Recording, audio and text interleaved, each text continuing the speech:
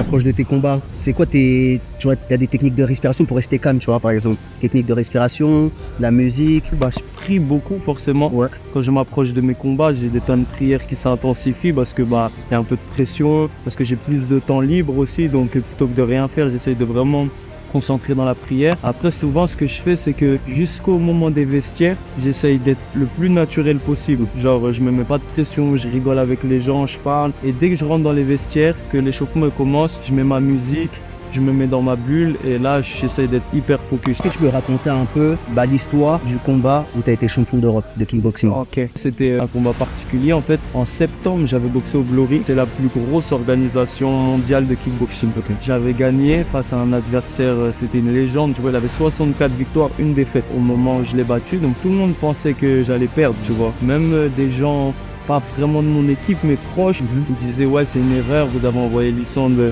au charbon. J'ai gagné et je me suis dit c'est bon, ma carrière elle va décoller. Sauf que janvier, je me fais une côte. J'ai dû annuler 3 combats. Du coup, j'étais vraiment dans un moment, bah, t'as l'excitation du Glory, derrière t'as la redescente. J'étais vraiment dans un moment, un bad, tu vois.